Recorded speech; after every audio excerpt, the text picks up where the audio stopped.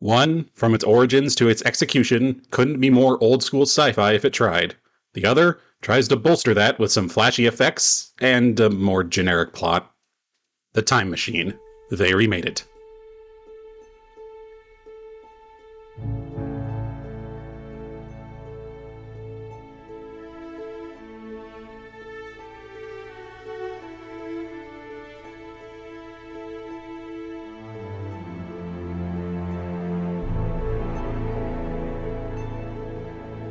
Hi, and welcome back to another episode of They Remade It. I'm your host, Stuart. And I'm your host, Jacob. Wow, it's nice to finally have a stable set of weather, isn't it? I'm kidding, of course. Everywhere around me lately has gone from bitter cold to why is it summer all of a sudden? And it will probably go back to bitter cold next week. Probably because that's what it is here. It was 70 degrees just 4 days ago. It was like a really warm summer day. And now it's in the mid-20s again. Christ. Well, fair enough. Yeah, it's been... I like that consistently enough you will get the weather that I will have within a few days. Eventually, yeah. But then you also get buffeted from the north, which I know is supposed to be getting like a 2-foot blizzard or something as of recording. Yep. So... Yeah, I have a few family members who are going to be dealing with that, so... Fun. Point and laugh. Yeah, I'm just happy to be inside and cozy. Meanwhile, I have a... Recently, for the sake of context for the listeners, I've recently taken in a new cat.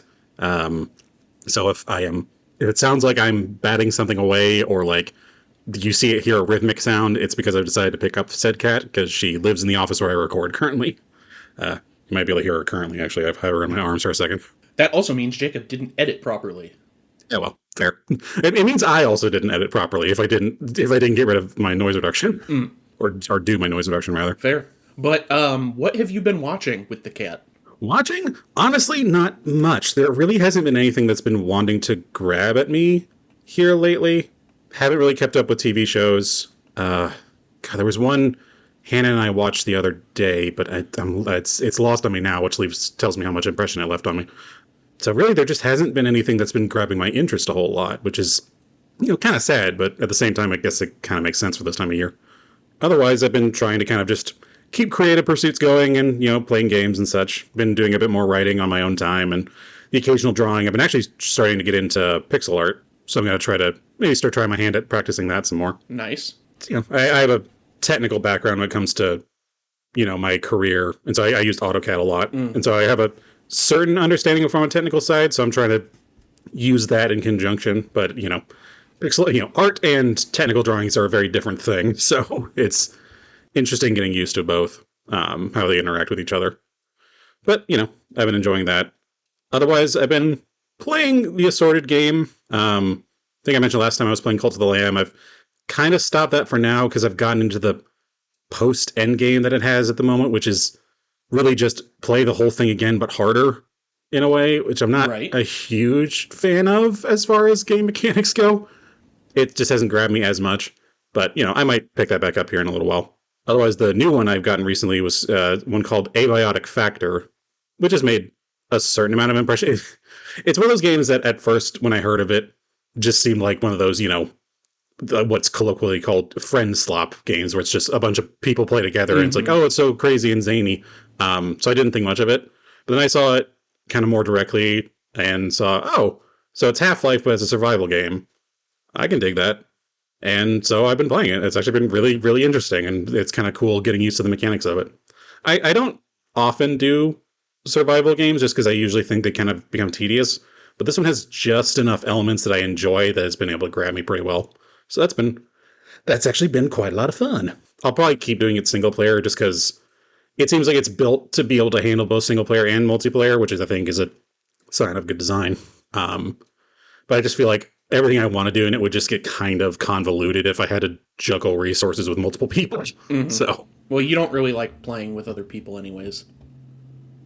Not often, no. I like with Hannah. We've been, which actually, another one we've been playing together.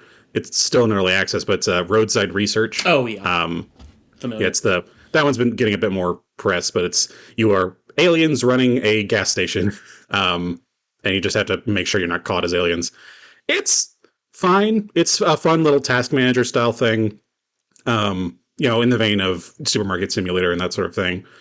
At the moment, it's still in early access, so it still has some balancing issues, in my opinion. It can feel kind of bland after a while, like once you start getting into a rhythm of it. And there's a weird balance thing of Hannah's running the gas in our game and I'm running the shop inside.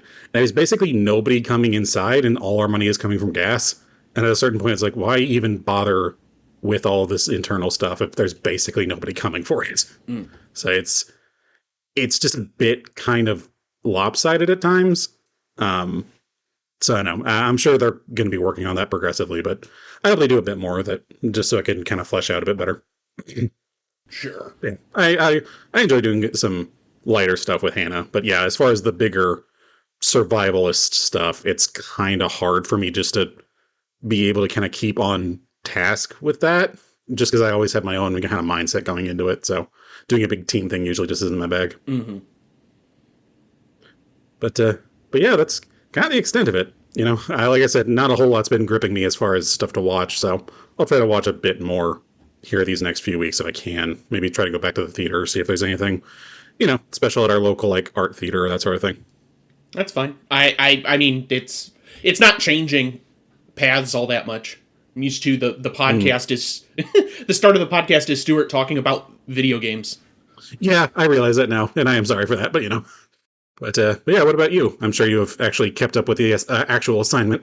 I don't know if I'd call it an assignment. The assignment are the two movies we'll be talking about later. But as far as movies are concerned, I've been watching a little bit here or there. Honestly, the record for the last episode is pretty close to the record for this episode, so I don't have a whole lot new to actually talk about.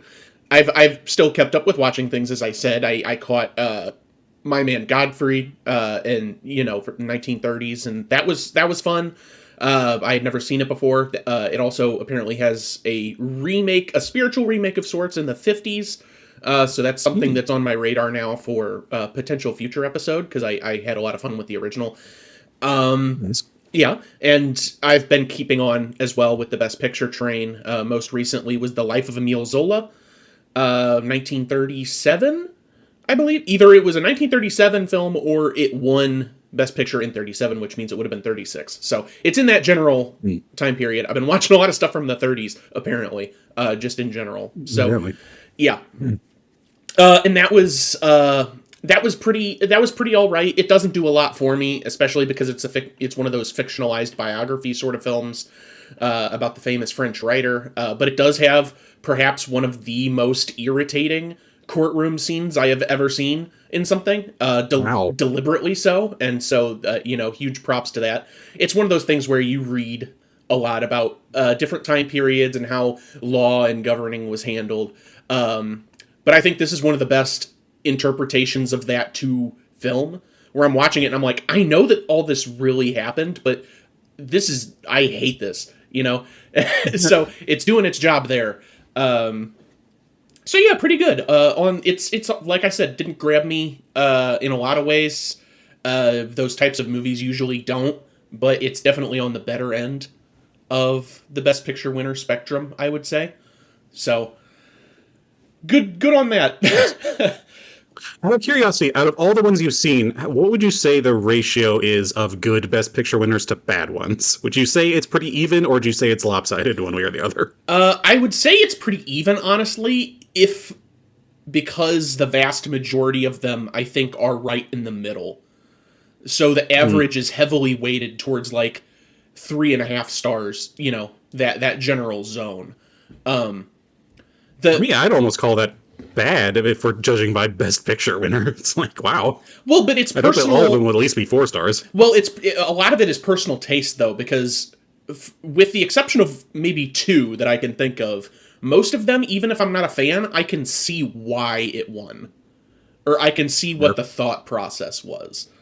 Especially if you look at what the other contenders were for that year. Yeah, good point. There are some years where that's kind of the only reason. Yeah. It's a little weighted in that regard. I haven't really watched any that I would consider downright dreadful.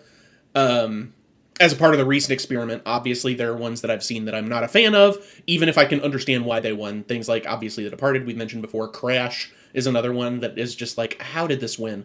But those are honestly few and far between from what I've seen. Most of these are like, all right, that was perfectly fine. That's pretty well it, though, for movies. Like I said, it's been pretty close to the last record, so it's been light. I have been dumping a lot of time into Crisol, Theater of Idols. I've seen that. What is that one? Well, it's a survival horror. First of all, it's a Spanish title from Spain, and it's a survival horror that takes place in an alternate universe version of Hispania, where there's basically a sun god cult and a cult that worships the god of the sea. And you, as an emissary for the sun god, are infiltrating the sea god's domain, more or less, to put a stop to whatever heinous things are going on, because the sun god wills you to do so. And you... Cool. Yeah, you learn things as you go about the story, how things are intertwined in this fictional mythos, how characters relate to one another. Most of the enemies, I would say 100% of the enemies, because they sort of vary in different ways, but they're statues that have been brought to life through some arcane ritual, and they're those sort of religious statues that you would see in like Europe, sort of adorning outside, outside of churches and practices and things like that. So they'll walk around and in this really stilted, fun way, and like zombies, you can blow bits of them off and they'll still keep coming at you. Sometimes you're fighting two statues with meat cleavers, and then there's a pair of legs running at you, and another one's crawling on the ground. So yeah, it's structured really well. There are a couple problems I have with it as someone who considers themselves to be well versed in survival horror. It takes a lot from Resident Evil, in particular Resident Evil 4 and Resident Evil Village, which is the 8th one. It seems like a bit of a merger between the two, which is not a bad thing at all, but there are design decisions that seem to contradict logic for how you would want these types of games to flow, such as it is heavily linear. There are 3 different zones, more or less, that you can go to and explore, and those are treated like little mini open worlds. And when I say open world, I don't mean like side quest here, side quest there, but like there's branching paths that you can explore, like a Resident Evil game. It's like, oh, I found a gas canister here. Oh, a secret scroll is over here. Things like that. I solved a puzzle and now I got a health upgrade. But the game is obsessed with locking down previous portions of the map. And once that happens, there is no going back. There's no small bit before the end game where it's like, do you really want to progress? There's no post game. It's just like, oh, you're done with zone 1. You are never setting foot in there again. You have nothing to do with the mermaid zone.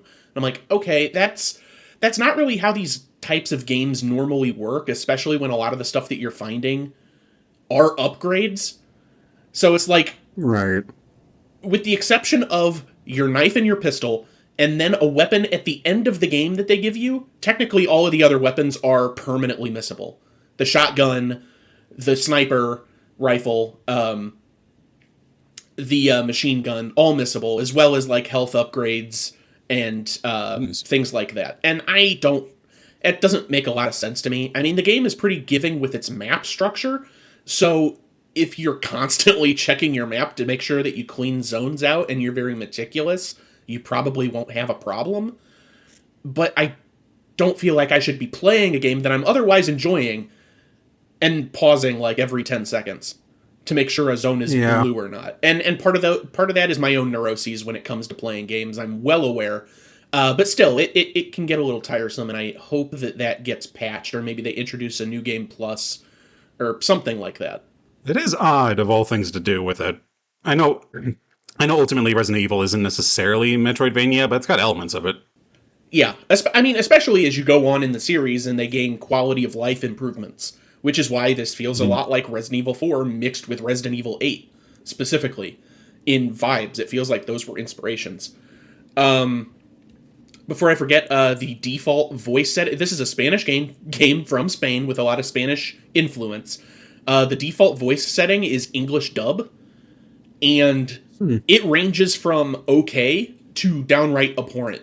There are some dub voices in this English dub voices in this game that it's not even like it's a bad performance, but it's like that does not match the character at all. There's one character that is basically the English voice is like early 2000s harem anime, like this cutesy girl that's bouncing all over the place, and I'm like, that doesn't need to be there. I've done a second playthrough. I'm actually in the middle of my third playthrough right now, just because of achievement cleanup, and switching to the Spanish voices was the best thing that I ever did. It is more accurate, and they all feel correct. So, definitely keep that in mind. Oh, I didn't even mention my favorite part about the game and why I was because I played the demo last year. And the thing that interested me about it the most is that your weapons don't have ammo. You fill the weapons up with your blood. Whenever you gain a weapon, through the will of the sun god, you'll transform it into this weird Uber sun cult weapon. And basically it stabs you, or you have to put your hand on a crank with spikes on it, and you fill the clip up with blood, which drains your health. So you're constantly battling health and ammo management as opposed to just collecting ammo off the ground. And that's really interesting, and provides a whole new level of challenge to the game. So I really like the game. There's a couple of weird quality of life things they can fix, but overall I'm a fan. And it is very cheap for that kind of experience. It's like $19.99. For what feels like something that should be $39.99. Yep. Yeah, there's a lot of elements going on in that one. Damn. Yeah, I really like it. But yeah, that is pretty much it for me. I have nothing else to really go over.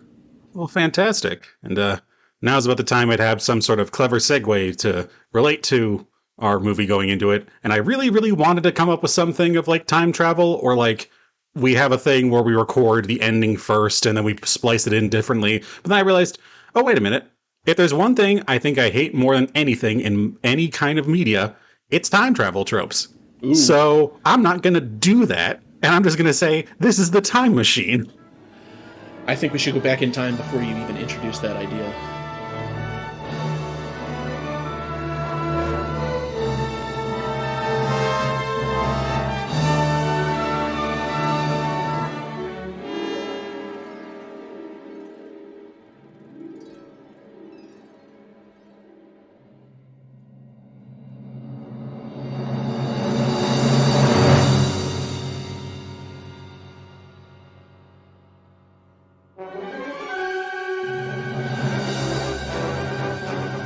So, we'll jump on to the 1960 film, The Time Machine, directed by George Powell, screenplay by David Duncan, and of course based on the novel of the same name from 1895 by H.G. Wells.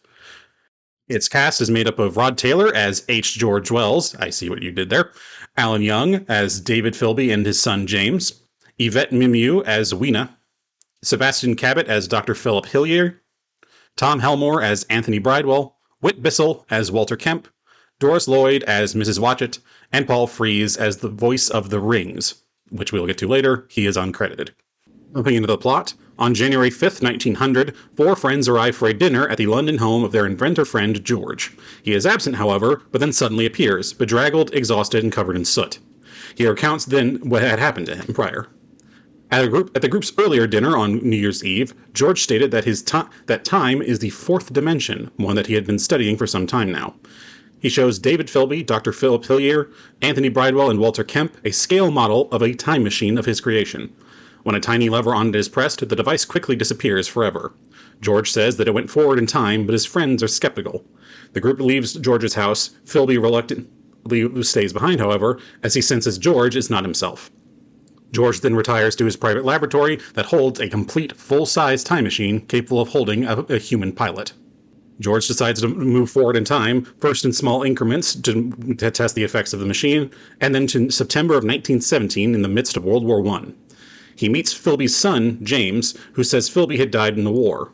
George returns to the time machine and stops in June 1940 in the midst of the London Blitz, finding himself in the midst of World War II. A disillusioned George then travels to August 1966. He finds that people are rushing into fallout shelters as air raid sirens begin to blare. A now elderly James Philby urges George to take cover. George barely makes it back to his time machine as a satellite-borne nuclear weapon detonates, destroying London and causing a local volcano to erupt and bury the ruins. The approaching lava rises, cools, and hardens, trapping George in his time bubble as he travels far into the future, being forced to wait for the rock to erode around him. Eventually, the lava wears away, revealing a lush, unspoiled landscape. George stops his machine reading at October 12th, 802,701. Near the base of a large sphinx structure.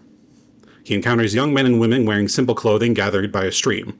One woman, however, is carried off by the current of the stream and screams out for help. When her indifferent companions do nothing, George rescues her. She is named Weena, and her people are the Eloi. They do not operate machines, work, or read, and know little of their own history. Their food is always provided directly to them. One man shows George a library, but the books inside crumble to dust when touched. Outraged at their lack of care for the knowledge of the past and of their own well-being, he decides to leave. But his machine has been dragged inside the now closed Sphinx. Weena, who stays with him, says that the Morlocks are responsible, noting that they are creatures that only come out at night. A hideous-looking Morlock then jumps out and tries to drag Weena away, but is warded off by George's lit torch, showing them to be photosensitive. The next day, Weena shows George a series of truncated cone structures dotting the landscape, which are air shafts that lead down to the Morlock's caverns below them.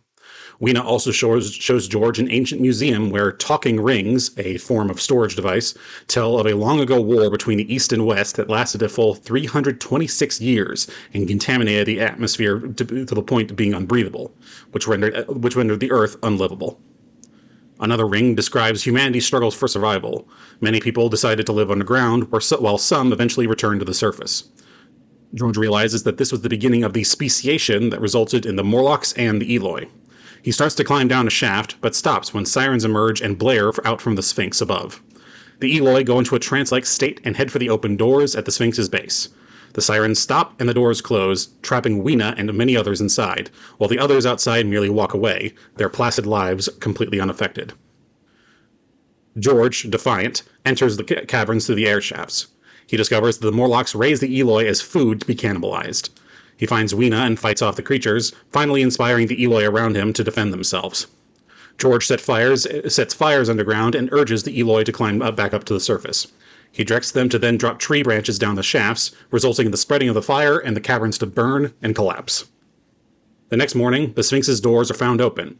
George sees his time machine inside. When he enters the Sphinx, however, the doors close and George is attacked by one of the Morlocks. He manages to escape in his machine and returns back to 1900, where he then recounts his story.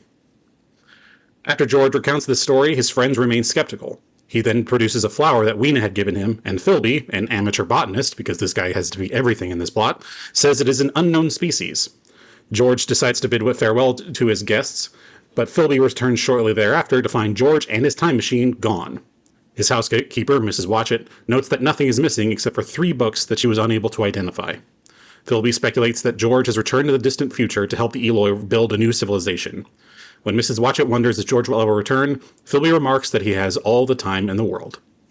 So, we are now traveling forward, anyway, to the 2002 film of the same name, whose poster is extremely yellow, I just realized. Anyway, the 2002 Time Machine is directed by Simon Wells, with a screenplay by John Logan, of course based on the same novel by H.G. Wells. Its cast is made up of Guy Pearce as Alexander Hartkin, Samantha Mumba as Mara, Mark Addy as David Philby, Sienna Guillory as Emma, Philidia Law as Mrs. Watchett, Alan Young as a flower store worker, Omero Mumba as Colin, Yancey Arias as Torin, Orlando Jones as Vox, and Jeremy Irons as the Uber-Morlock. Again, we'll get there. In 1899, Dr. Alex Hartkin is an inventor teaching at Columbia University in New York City. Unlike his friend, David Philby, Alex would rather do pure research and expand the breadth of mankind than work in the business world and be one of just the part of the crowd. That evening, after a mugger kills his fiancée after he had attempted to propose to her, he decides to devote himself to building a time machine that will allow him to travel back in time in order to save her. After completing the machine in 1903, he travels back to 1899 and prevents her murder, only to see her killed soon after when a auto carriage frightens the horses of another vehicle, and she is killed in what is probably the very first auto accident. Alex then realizes that any attempt to save Emma will result in her death through other circumstances. He decides then to travel to 2030 to discover whether science has discovered how to change the past. At the New York Public Library, a holographic librarian, Vox 114, insists that time travel to the past is fully impossible in the realm of science fiction. Alex, disillusioned, decides to travel forward in time again. However, in 2037, he's found the Earth is about to be destroyed by the falling moon, which had been knocked off its orbit by a sublunar detonation to create a new lunar colony. After he is able to barely get back inside his machine, he is knocked unconscious and accidentally hits his machine to go forward 800,000 years to the year 802,701, July 16th, before reawakening. The Earth now having healed, and the human race has now reverted to a Stone Age-like lifestyle. Some survivors, called the Eloi, live on the sides of the cliffs of what was once Manhattan. Alex is nursed back to health by one of the Eloi, a woman named Mara, who is one of the only few Eloi that actually speaks fluent English. He observes the broken moon above them and realizes that maybe his teachings had led to this future, just like Philby had warned him. That same night, Alex and Mara's younger brother, Colin, dream of a jagged-toothed face and a creature calling out their name. Alex informs Mara of the dream, and she tells them that they all have that dream. She then notices that his watch is missing. The next day, the Eloi are attacked by ape-like creatures called Morlocks, who hunt them on a regular basis.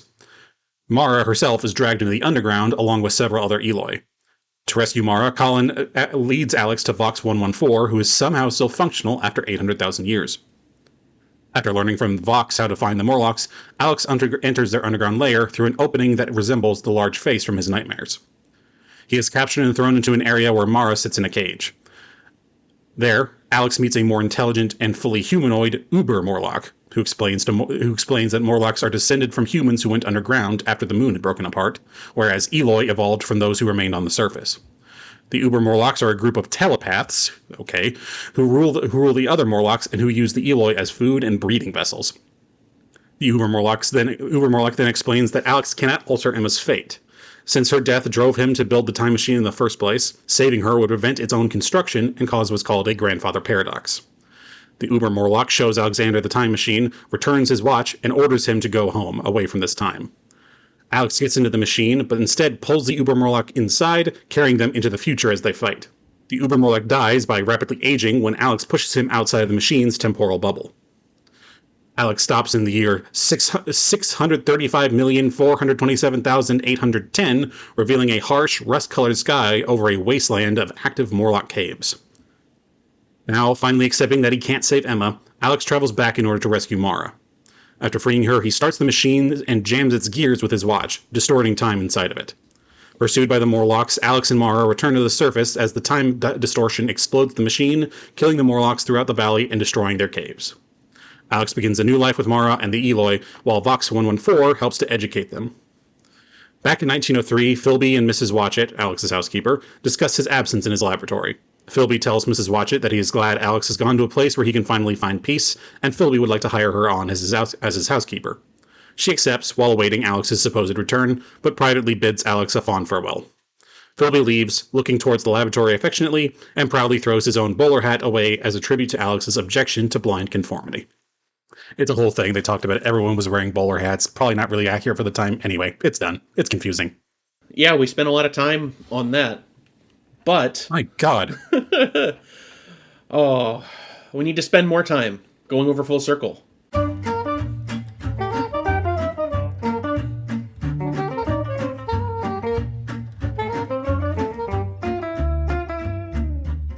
So, I do not know if I made a mistake in regards to my research, but we have a couple different full circle entries here, none of which are for the 2002 version. Really? That's surprising. Not a one. I don't believe Jeremy Irons or Guy Pearce. I don't believe any of them have been in what we've covered. I'm honestly surprised Jeremy Irons at the very least. Yeah. All right. I mean, I can recognize all the rest of the actors are pretty unknown, which I kind of forgot about. It was actually kind of refreshing. Yeah, that's true. One day, well, that's not true. I was going to make a joke, but we already said in an episode past that we probably were never going to cover Lolita, so you're going to have to wait, Jeremy. Mm-hmm. Yep. Probably for the best on that one. But first thing is first, we have Rod Taylor, who was H. George Wells in 60s The Time Machine. He was also the voice of Pongo in Disney's 101 Dalmatians, 1961, the next year. And he was Winston Churchill in Inglourious Basterds, 2009. Oh my God, he was. I fully forgot about that. Sebastian Cabot was Dr. Philip Hillier in The Time Machine. He was the voice of Bagheera in 67's The Jungle Book, and he was the narrator for 77's The Many Adventures of Winnie the Pooh. All right, fair enough. Whit Bissell, who was Walter Kemp in 60's The Time Machine, was also Shamley in 1960's. Oh, that same year, I didn't even notice. Shamley in The Magnificent Seven. That one I did remember. That one I did recognize. I was like, hang the hell on. Busy year. Doris Lloyd was Mrs. Watchett in The Time Machine. She was uncredited in 1935's Mutiny on the Bounty as a Cockney mole. She was also uncredited in 1941's The Wolfman as Mrs. Williams, but not uncredited in 1951's Alice in Wonderland as the voice of the Rose. You had a lot of Disney in here. My goodness. Listen, once Disney is able to find like like an aged lady who can do their thing, they're gonna hang on to her. Of course, yeah, Verna Felton, notwithstanding. But finally, we reach the end here of Full Circle with Paul Frees, voiceover artist extraordinaire for that time. Sort of the original Frank Welker in a way, but he voiced the talking rings in The Time Machine. He was also the voice of Dirty Dawson in 101 Dalmatians 67, and he was the opening announcer for 1953's The War of the Worlds. All right, good for him. Yep. Yeah, no kidding. He really is the Frank Welker of the day. Yeah. And that is Full Circle. Fantastic. I will say before you get into your own spiel, this is the time when I give my disclosures of I have a history with at least one of these films. That is to say, I watched the 2002 one several times when I was a kid, and I wouldn't be surprised if it was a major formulator of like my love of steampunk and that sort of thing, just because the style of it lasted on me for a very long time. So this is not, I am not unbiased on this particular case, sure. But I had never seen the original, which was a very fun experience. Mm-hmm. So, at least for my part, I'm obviously well familiar with the story. Even if you haven't read it, it's hard to not be familiar with the story due to its place in culture in the zeitgeist. But that said, I have never seen either of these features until this time around. And special effects and makeup and nostalgia factor for 2002 aside, I think it is objectively a bad movie. Really? Wow. Yeah, I wow, this is gonna be an interesting one. Very interesting. I think it is poorly plotted. I think it introduces a lot of extra baggage that is completely unnecessary. It gets confusing in the weeds by trying to add extra depth to societal structures in the future that existed in the source material, but did not need to be so elaborated on. And right. I think it kind of ends with a whimper. Yeah, I'll give you that at the very least. The ending is kind of like never really loved that part. But beyond that, though, it's I won't say it's incredible and flawless. It is very much of its day got a genericness that is hard to, move past. As I even mentioned in my stinger. The introduction of dead love and everything and the obsessive nature of that. He has kind of the air of Milo Thatch in Atlantis, but not nerdy enough in a way. Milo Thatch's whole thing, kind of revolving around the fact that he is very much a geek, and you don't get the air that Hartgen is eccentric as much as you'd expect for this. He still seems very put together. He's just a bit scatterbrained. I kind of wish they had maybe leaned a bit more into that. Meanwhile, comparing that to Dr. Wells in the original, whereas he's an eccentric, but very much in that classic sci-fi sort of way of he's still very refined. He's still very intelligent about the subject. And I think he just makes for a slightly better character, at least in the beginning. I think it's just a very interesting take on that on just that sort of sci-fi professor character. I believe we've seen one variation of it or another forever now. Even just in like The Fly. But I actually really like Rod Taylor's portrayal. There's a quiet calmness to his intelligence that is very nice to kind of watch going into it, and he kind of tapers off as a character for me by the end, sadly. Um, so yeah, but I honestly like quite a lot of the new one. It did a lot more than I expected of it, because it's been years since I've seen it. You would expect something of this day and age of the early 2000s to be a lot more hokey than it ended up being. There'd be a lot more set pieces. And there are set pieces, but it doesn't feel like they go as hard into it as they probably wanted to. Like, just think about like Wild Wild West or something, where it's like everything would be with a stupid early 2000s quip or that sort of thing, or there'd be a lot more body humor kind of thing of just like getting knocked in the groin or whatever. But they actually are pretty restrained with all of that, which I actually really appreciated. I think Yeah, you go. I think one of the things that bothers me as well is that structurally, when you're designing a future, a far-flung future or a strange past or whatever, there you have to take into account how much time has passed as well. Something that I was never really able to get into with the 2002 one is, strangely enough, well, probably because 2002, the far-flung future that he finds himself in, is very reminiscent, the structure, as to Planet of the Apes, in how everything is built and propped up. And to the benefit of the 1960s one, it predates Planet of the Apes, so it's not like it can be informed by that as a story. But if this was a movie that took place like 1,000 years or 1,500 years in the future, then maybe it would make more sense developmentally.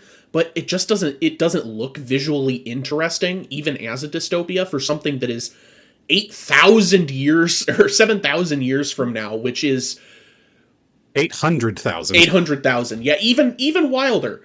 It is something that is we are so unable to comprehend or process that I feel there has to be an underlying strangeness of finding yourself in that location and not being able to comprehend what you're even looking at. One of the things that I harken back to in that thought is in the 1960 version, when Weena is taking him through sort of a cavern or an old ramshackle building filled with destroyed technology that is just not being used.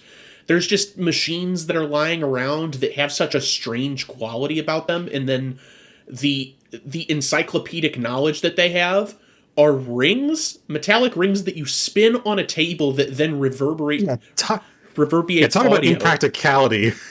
Like, wow, that's a new one for me. It's impractical, but it's also so odd that it speaks to me in a way of something that I couldn't even perceive or think about, because being that far in the future, you might as well be in a different reality. Whereas in 2002, for example, it is all like, society has fallen to the wayside. It's all, dilapidated huts and stick houses and things, and then the discarded technological encyclopedia is just a hologram. It's a lot flatter. I like... It does have the flatness to it, yes. I will also call bullshit that thing could have survived 800,000 years. The rings, I could see. The rings, I think, work off of magnets. The fact that the highly complex holographic, like, smart glass structure, the glass alone, I'm pretty sure, should have turned to dust by now. And how did he... I guess there is a strangeness, in a sense, of how the holograms work, because by the end, he's able to completely uproot one of them and take it to the stone amphitheater so that he can, like, read Huck Finn to people. That is odd as well. Or Tom Sawyer. Yeah. It definitely has... It has a flatness, like you said. It very much is a bit too influenced by the sci-fi that had come and gone at that point. Whereas the beauty of H.G. Wells' original work and then the subsequent movie that is probably pretty heavily one-to-one, probably with the exception of just the usual sci-fi stuff of, the competent man rescuing the bedraggled damsel in distress sort of deal. Right. But the benefit of that is that so little true sci-fi, or at least modern sci-fi, existed at that point that you're able to get those strange things like the talking rings and what have you. And so you get to actually see little instances of that. But now we're dealing with, in 2002, post Star Wars and post a lot of things, honestly. And it's hard for it to kick that influence. And I think it's clear that it was too cowardly to want to do anything too strange with it. Which really is just kind of disappointing, just for the simple fact of the Time Machine, the original story, is itself very strange. It's talking about a concept that was, brand new for the day. Meanwhile, time travel as a concept, like, we've had entire film series regarding it now. So it is disappointing to see the flatness by comparison. I will say, though, it does do a bit more than I would have expected, for the simple fact of the Eloi actually seem like a civilization in some aspect, and, they're not all just pasty white people, frankly. It's like, oh yeah, it makes sense that the people living on the surface actually wouldn't be white after all this time. They would, of course, have a darker skin tone. And I guess that's really just another case of them making it a bit more flat, given that the original story is meant to be, with the progressing of humanity, we risk abandoning our drive to become better and to know the world as we get better and easier technologies to assist us. Hence the Eloi in the original just being fully placid to the point of nonsensical actions. But even then, it also just kind of makes that story boring, where we're just watching these guys just kind of wander about, I suppose I definitely feel more frustration, at the very least, on the part of the main character for trying to uproot apathy, which, unfortunately, that's something that you can't get away with either of these, or can't get away from with either of these stories, is that the original source material it's heavily exploring concepts that we were freshly understanding at that time, but it's also very anti-war and pseudo-developmental in how it presents itself. And, we need to strive, but we need to be careful in how we strive forward. That's the main purpose of the story. That being said, there is an underlying note of colonialism with the story that you cannot get away from. And I am not the right person. I'm not the right person to discuss that topic. But I felt it important to bring up, because if there is a negative when comparing the two, 1960s definitely falls more into that category than 2002's does. I find it a bit blander and flatter, as I said, but it also seems to try to be distancing itself from that. And I think the death of his lover and the inability to change time is the crux of them trying to figure out a new path forward for this story, because it defines the main character in a different way. Now, is he well defined? I don't know if I would go that far, but I can at least see what they're trying to do. Yes. I think that also comes down to the fact that Guy Pearce can be kind of unemotive at the very least. Yeah. And it's hard to really kind of feel for him despite everything that's happened to him. Like, even when he's in this situation where he goes from pre to post wife killed, he doesn't really look that different. Like, it's meant to seem like he's become a shut-in for the last 3 years and he's got his beard's grown out and everything, but he doesn't look that bad. He's like, looks a little disheveled, but that's it. Like, I could imagine a better actor would just be able to give that level of obsession a bit more justice. And it does make that ultimate change in messaging fall even flatter, because I actually do like that concept of it, of being like, okay, the whole thought experiment of a time machine at its core is talking about wanting to escape from your own circumstances. And I have very rarely seen instances where they go, oh, you cannot change the past even with unlimited control over the ability to traverse time. Like, I really don't think I can think of another immediate example where it's like paradoxes are self-correcting in this way that aren't also just like, oh, the world is just getting sucked into a wormhole because you created a paradox. It just goes, no, the time itself just seems to go, actually, no, you don't get to do this. She's dead. You don't get to change that. And I think as a narrative piece, that's actually really powerful. And it actually drives him to, obviously to progress throughout the entire plot. Versus, the original mainly just being a lament at the state of the world and a desire for the, a lament to the, like the progressing of war technology, as you mentioned, and a desire to see if the world could be better. And in the end, making it a matter of, oh, I have to make it better kind of thing, which is, I think, fine as far as messages go, but I didn't really care for it at the very end. It was basically just going like, okay, what do we do now? Like, it at least felt like there was some actual growth on the part of Hartgen's character, where he had to give up on his dream of getting with Emma again. Meanwhile, it feels like Wells kind of didn't change much. He's still kind of arrogant about everything. He just decided, okay, like you said, the very colonialist feeling of, I'm going to go back there and I'm going to make something out of these people.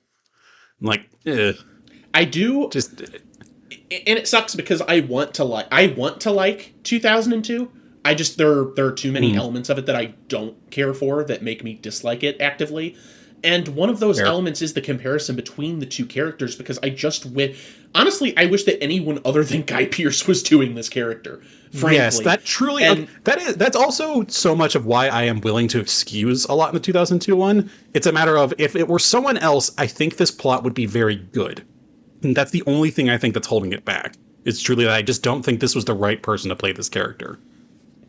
And maybe so, because maybe the romantic tragedy aspect of it, maybe that would be more, more present, or maybe it would feel more truthful. But as it stands, I actually kind of like the lack of, in a weird way, something that I wouldn't normally say about other movies.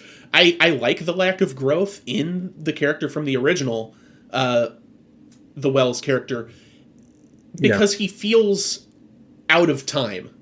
No matter where he goes, he's out of place. He doesn't fit in currently, but he also doesn't fit in the future, which is a point that he tries to make. And he goes back, like you said, through the colonialist nature of, like, I'm going to fix what's there. But I think there's an underlying sadness of, especially after, he came back, Weena wasn't with him through no real fault of his own. It was her hesitation. So he's already despondent, but also his friends don't believe him. So it's like, I'm going to go back. But then, he's moving forward, and what if he fails there? I don't think he's long for that world. I think he's going to keep hopping around like Scott Bakula in Quantum Leap, because he's not going to be happy anywhere he is. And I'm well aware, before anyone were to comment, write in or something, that is me projecting a lot onto the character that frankly is not there. I'm aware of that. Yeah, we're getting into the realm of fan fixing now. Yes, but I like that reading. So fair. Yeah, I think that is our weird difference here. It's like, I don't know if I necessarily I don't care for the actor playing the character in 2002, but I don't care for the character itself in 1960. So I'm kind of in this weird position of, I don't know which one I'm supposed to root for more, in at least my assessments. Mm-hmm. It's just so.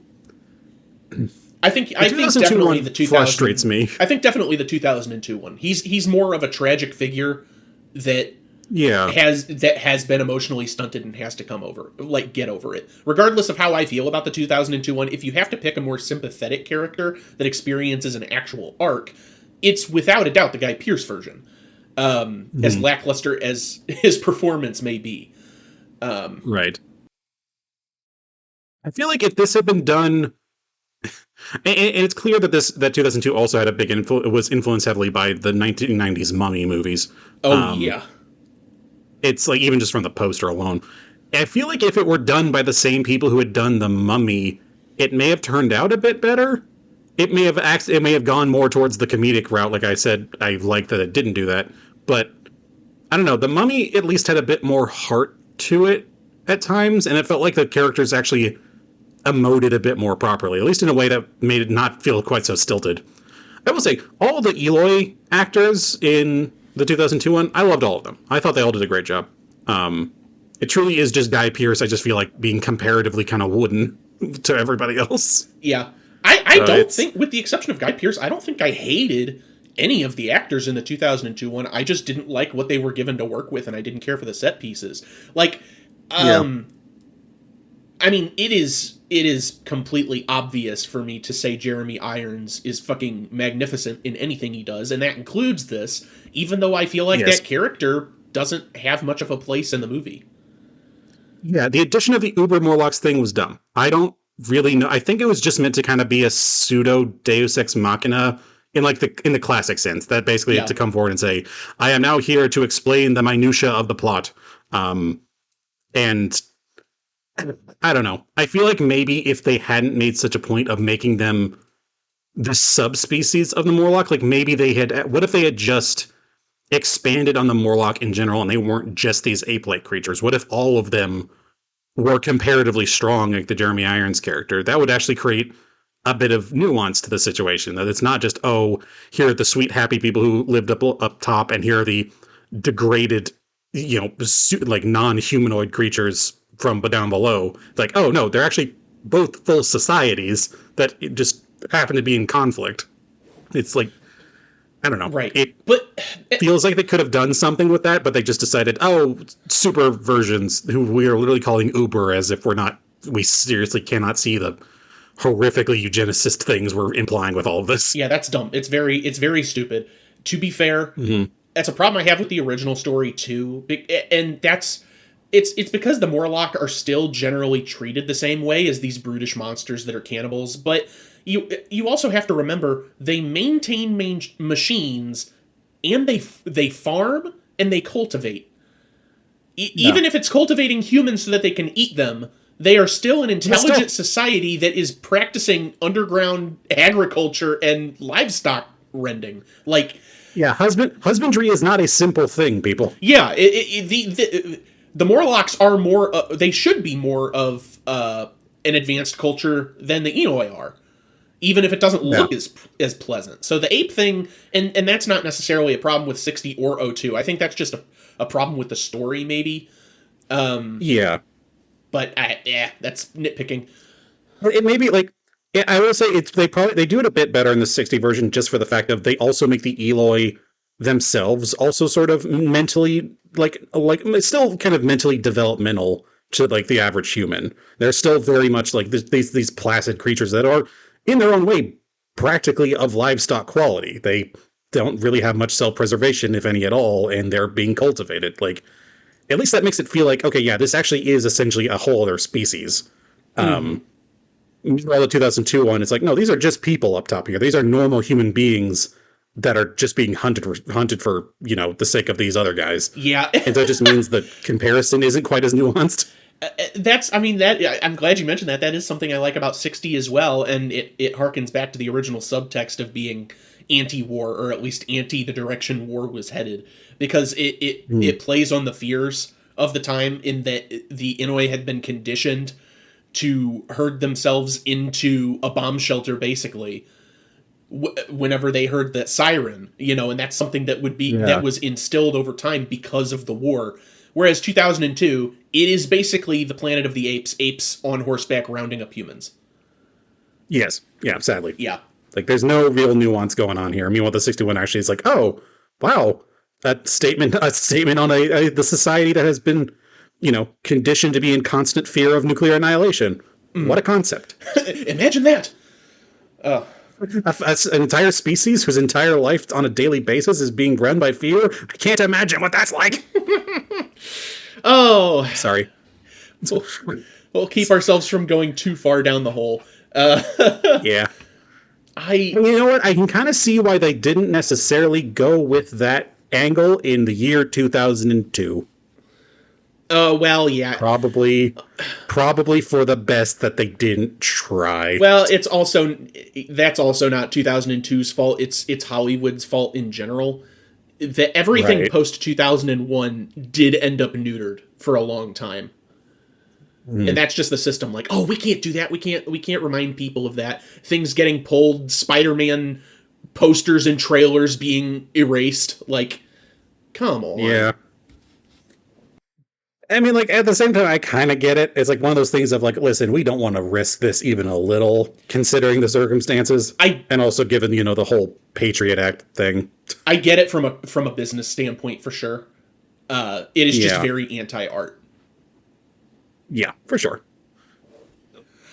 Oh man! I honestly don't have much else to say on the. I think I don't have much else to go over here. Kind of same. I'm in a weird boat because I recognize that the 1961 is a more nuanced and effective piece. It's actually trying to say something. It's actually trying to at least work with the original piece that that it's based on, and then integrating it with, you know, anxieties and technologies of the time of the time of the film's creation. And I still just kind of came away from it not as having. I didn't have as much fun. Like I know ultimately that's not necessarily the point of it, but it's hard for me not to just be like, it just kind of felt like this dude was a dickhead. And again, the colonialist undertones are kind of hard to ignore, but it at least says something. It at least was doing something, which is still more than the 2002 one, which was ultimately just trying to kind of be a more story of a personal journey. And again, if it had been anyone else in the main role, I think it would have been more effective. But as a whole, it just kind of felt it was like you said, infinitely flatter by comparison to the original. And I don't know which one I'd pick. I think it would depend on who I'm watching it with, but I think overall I'd still pick the 2002 one. I really still enjoy it. I think it's stupid fun at times, and I think I can't speak enough about the visuals of it, at least even just the time machine itself, which in both cases, like the original one in the film is obviously iconic. But God, just the whole like prisms and everything and the dials and everything set up for the one of the 2002 version is just so gorgeous. And the visuals alone of the film kind of sell it for me, even with the Morlocks looking very, you know, plasticky. But that's I'm saying that in comparison to the ones in 1960 that look like Star Trek villains. So yeah, I still love the 2002 one. It just barely ekes it out for me. And that's fine. Listen to your heart. As far as things are considered for me, I mean, it's 60 all the way. I don't consider either of these particularly fun, but I think that 60s, like you said, it is more nuanced. I think the stranger elements of the set design really lend itself to my liking it. The setting itself is just, it's gorgeous and it's surreal in like a dream-like way that really speaks to me. Sure. I like pretty much all the cast as well. You know, I was speaking to that in 2002. I didn't really touch on it, but like Sebastian Cabot and Alan Young, that's my own fault, but I cannot listen to Alan Young talk without just hearing Scrooge McDuck. But I love Alan Young in anything that he does, and I think he's great here for what little he's given, which is just be the friend that is exasperated, but also the most understanding of the rest of the friends, you know? So right. There's a lot in 60 that I really gel with. For 2002, I think it's bad. I just can't get into it. I think it's bad. It's not enjoyable to me. I like what you said earlier about the Mummy relation, because I feel if this was treated more like a blockbuster style affair, like the Mummy, then I would have gotten more out of it. And I mean, flashback to the Mummy episode of the podcast, folks will probably remember I was not a fan of the 99 Mummy either, but I can at least understand why people like it. You know, I feel like there would be more meat in these gym mats if it was more of that blockbuster style affair. And to sort of leave that off, my favorite fact of the production of the 2002 one is that Simon Wells got the job for the movie because he said, I should be directing this because of the name. That's incredible. Because his last name is Wells. That's amazing. And honestly, it's everything I needed to know. Like that speaks so much to this film of just like why it is the way it is. It's I mean, actually it does, because Simon Wells before this, he did most of what he did was animation stuff. And by far the effects are, I mean, if you're going to laud anything in the movie, it should be the makeup and the effects. It's great. So the effects are great. Yeah, I don't know. I think it's fun. You know, I think it does more with time travel stuff than I typically see. At the very least, it uses time travel as an actual narrative foil and not just a thing to make the whole thing confusing. Because, like I said at the beginning, in all other cases, anytime time travel gets introduced into a piece of media, I'm immediately disinterested because it gets so confusing and so dumb so quick. I'm just like, I don't care for this. I don't want to have to think about how all these things tie together. If I have to be creating a chart of how the events line up, it's bullshit. I'm sorry. It's just bullshit. And this one is just, he goes forward and stuff happens and he doesn't go back. That's it. He doesn't run into his past self or anything like that. We avoid all of those questions. We bring up the concept of the grandfather paradox, and that's it. And the fact that time itself seems to have enough wherewithal to correct paradoxes of its own accord, I think is hilarious and very interesting. It completely glosses over having to worry about any of those weird issues. It just goes, nope, this can't happen because it happened the first time around. It's like, we're good. And that works. That works. I respect the hell out of that. So something I just learned, which maybe I should have known beforehand just through research alone, but Simon Wells is actually the great-grandson of H.G. Wells. So there is that. But also, I'll be damned. When I said animation, I meant animation. He literally, his entire career, he has worked on 1 million animated projects, and this is the only live-action thing he ever did. These are his directorial efforts. An American Tail, Five Goes West, We're Back, A Dinosaur Story, Balto, The Prince of Egypt, Mars Needs Moms, The Time Machine. Ooh. That's quite a stumble there at the end there. Yeah. Well, Mars Needs Moms had a couple of other problems that weren't necessarily his fault. But yeah. Fair. But wow, yeah, Five Goes West and everything. The Prince of Egypt is the big one. Like, Prince how of did I Egypt, not know holy that? shit, yeah.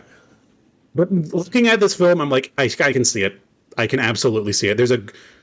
He has a grandeur to his style that I actually really like. I think that's part of why I like this one so much. It actually kind of feels very sweeping and very kind of grand with what it's trying to do. And I don't know. I don't see enough films do that. So I think that's the reason I like it so much. Fair. Well, those are our sense. thoughts, everybody. That's where we'll leave it. Cool. Yeah. Yeah. Me picking the 2002 one over a 1961. Who would have thought? I'm just very tired of old films, man. I think at a certain point they start to kind of grate on me. What are you gonna do? Just keep watching movies, apparently. I mean, that's what I do, and I don't care how old they are. It's like the older the better. I suppose I can ask a question this time around, and I would be extremely remiss if I didn't ask the face-forward obvious one. If you had a time travel, what would you do with it? A time travel? If you had a time machine, what would you do with it? Well, it's probably pretty boring, but I think the most obvious one for me would be ancient Egypt. Because as far as civilizations go, we've had so many civilizations, but not to sound like, freshman level geography or history student. Oh, please, go right ahead. People always forget just how far back Egypt goes compared to other quote unquote long lasting civilizations until it's put right in front of their face. Obviously, there's older, but they didn't stick around. Egypt had, at the end, near the end of its peak, itself had ancient Egyptologists. Yes. That's how old their civilization was. It's hard to wrap your mind around, but they go back to thousands and thousands of years BC people. Like, it's, yeah. One of the most stable civilizations ever to exist. And I think that strangeness thing comes into play as well, because I would go back in time and I would not understand a lick of what was going on. Like, it would be great. I just want to go back in time and finally settle the debate of were it slaves or not building the pyramids. Because evidence is at this point has said it's not, but, Yeah. That's a very healthy one to pick. I would on a practical level, I'd probably do something similar. Mm-hmm. On a cellular level, I'd go back in time and be DB Cooper. That's the only other theory that I like. That it was your favorite theory is that it was you, and that the only reason he was never found is because he time traveled on the way out. All right, DB. Just for the hell of it. I would white knight women throughout history. I would go back to Amelia Earhart and be like, "Don't get on that plane. Come with me." That has some cascading effect where somehow we're ruled by like Poland or something. Yeah. I would just commit disasters and with a fedora in hand. Just go back in time and see how much you can fuck with, Yeah. Be like, I want to see how crazy it can get in the future. How much can I ruin?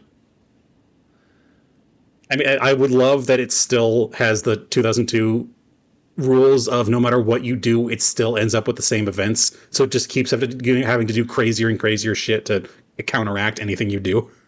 Yeah. Well, that's the cool thing about the self-correcting paradox thing is that it usually accounts for events that people would want to try and change, at least from a storytelling perspective. But if I'm just going back and doing random nonsense, what's the universe going to do? Like, how is it going to be able to self-correct just gibberish? Yeah.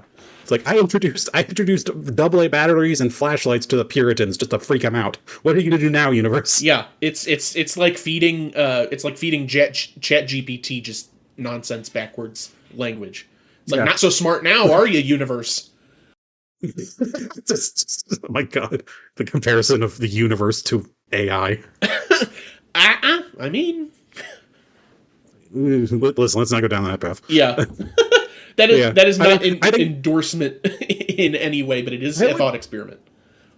I would love that purely for like my critique of time travel media, of just being like, just me voicing all of my frustrations with how confusing time travel stuff is, and just being like, screw it, I'm going to go back in time and do all the things you're not supposed to do, and I'm going to make it be like nothing changes. Like, time travel as a concept is completely infeasible with the linear flow of time. Right. It's just like, no matter what, and not even in like the, like the self-correcting thing, like where time travel has always existed. So like, the only reason this event happened is because, time travel was involved from the beginning, or that sort of thing. It's like, no, I'm going to go back there, do shit that shouldn't have happened, and it still changes nothing. Yeah. Well, that's the thing about time travel that I don't really understand, is why people feel the need to make it so complicated. Obviously, as a thought experiment, there are so many different directions it can go, because it is not something that is real as far as our perception allows, but people make so many convoluted rules that just confuses the matter. There's like a handful of scenarios that are, for something that seems as daunting as time travel, they're perfectly simplistic. Like the self-correction sort of thing, like a Futurama approach where it's like, this is always deemed to happen, regardless of what your recursive nature of reality. Yeah, that's just something that is true. Or the fact that why have we never seen any time travelers? Well, it's because time travel has never existed in our universe. Whenever time travel is invented, if you travel forward or backward in time, it creates an alternate reality or a branching path because you were never back in that time to begin with. So now there's a reality where you were back in. Like, it sounds complicated in practice, but all of this is theoretical. I don't know why people make it so complicated. All we are talking. That's all we're doing. I think at a certain point, people just find the concept and are like, how much can I mess with people with this? Because like there was this one German TV show, I believe it was, that I think is the epitome of this. I can't remember the name of it, and I'll try to find it later. But it has from across multiple seasons, it's able to interweave events so thoroughly across 3 different time periods that it makes it all interconnect, which is impressive on a technical level, to just be like, okay, they've pre-planned all of this to be able to work out in such a way that the, time travel actually makes coherent sense if you follow it. But following it as a person watching is absurdly annoying. And it's just at a certain point, like, I don't want to have to remember all of these different plot elements because they are just headache inducing at this point. So I think at a certain point, it's just people going, how hard can we stretch this and make it so that it still all works out, as a way to just be like, look at how good we are at this. Yeah. From creativity standpoint, that's great. I just, from a general audience standpoint, I've never understood the, like, time travel's hard. Yeah. I don't know. I just feel like at the moment something starts introducing time travel, it's about to just go off the rails. And unless you do it very sparingly, it just gets annoying. So I think the best case of it really was Futurama, where they were just like, we can only move forward, and the universe just keeps repeating on itself. And I think that's just hilarious. Yeah. Well, that was a self-imposed rule, I think, by David X. Cohen and maybe Matt Groening when they first started Futurama, is no time travel, because that's going to instantly ruin it and make things confusing. They almost instantly broke that in season 3, which some call season 4, Roswell That Ends Well, because they go back in time with the microwave. Because no one really understands how those things work anyways. But the thing is that they always have to self-impose rules on themselves so that time travel doesn't just keep happening. By the time they get to the Comedy Central years, they just do it whenever they want. And that gets a little annoying. I think the late Philip J. Fry with the forward-moving time machine is good. It's a practical use of that. But they do it multiple other times in those 2 Comedy Central seasons, and it's just like, what the fuck are we doing? Yeah. Like the politician that comes back in time to get himself elected, like that. Oh, yeah, that thing. I forgot about that one. Yeah, it just gets messy. Even for Harvard writers on Futurama, it gets messy. In fairness, that one was also trying to be a play on the whole birth certificate thing at the time. No, it was. I just don't think it did things well. Fair. I think it had to come up with a lot of bullshit to justify its very thin joke. Yeah. Which, that's most of the Comedy Central run to me. But hey, this isn't a Futurama show. This is a movie show. Yeah. Oh my God! Look at us. Look at me. I've managed to derail us talking about time travel because that's what always happens when you talk about time travel. Oh well, how about socials? Let's do socials instead. Please save me from my hell. So go ahead and follow, subscribe on any of your favorite podcasting platforms. We're on the likes of Spreaker, Podbay, Podmatic, Apple Podcast, Stitcher, SoundCloud, YouTube, but we're hosted by Spotify for podcasters. Send us an email, theyremadeit@gmail.com, with thoughts about the show, what you like, what you don't like, thoughts about this week's episode, suggestions for things that we might cover in the future. We always like to read those. Or if you just want to say hello, wish us a good day, that's always welcome as well. And go ahead and subscribe and follow us, theyremadeit.bluesky or bluesky.social, to see updates on when episodes of the podcast are going live, things that we might cover in the future, potentially, promo art and posters and things for what we've been watching, playing, reading, listening to in the weeks between podcast records, and full circle videos that I like to put together regarding folks that we've covered on the podcast more than once. And that is it for socials. I'll be sure to find that TV show I was thinking about, and you can post about that one as well. Oh, just to be like, hey, this one on a technical level does a good job, but Christ, is it confusing? Or so we thought, because Stuart and Jacob have not watched it. But yes. Yeah, well, I watched part of it. Once it got too confusing, I was like, nah, I'm good. I think it was on Netflix for a bit. I don't know. I'll find it. Whatever. I'm waffling so hard because I'm like, I don't even know what to say anymore. Like I said, even the concept of talking about time travel just gets me all flummoxed and annoyed and just like, meh. Sometimes it's just as simple as saying goodbye. You know what? Yeah. Goodbye.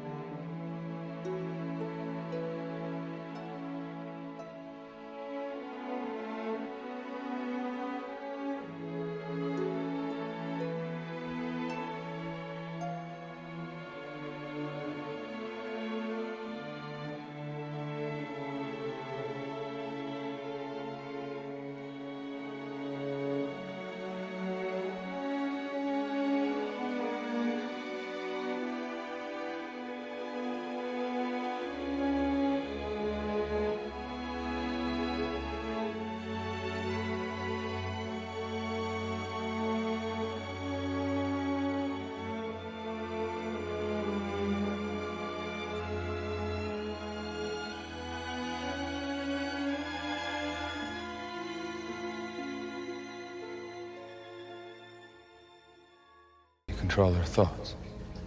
Not just theirs. Eli. So it's not enough that you hunt them down like animals.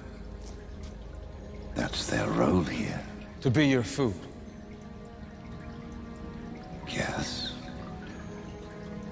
And for those who are suitable to be breeding vessels for our other colonies. You see, I'm just one of many.